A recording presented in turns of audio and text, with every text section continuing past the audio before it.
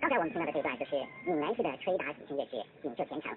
我想，像这种乐曲的声音，在台湾的朋友们一定非常熟悉。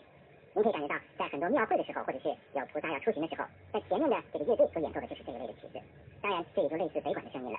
北管的大锣鼓是有名的热闹，在各类节庆台场里都少不了它。尤其是家中有喜事，但是娶媳妇啦、生孩子啦，或者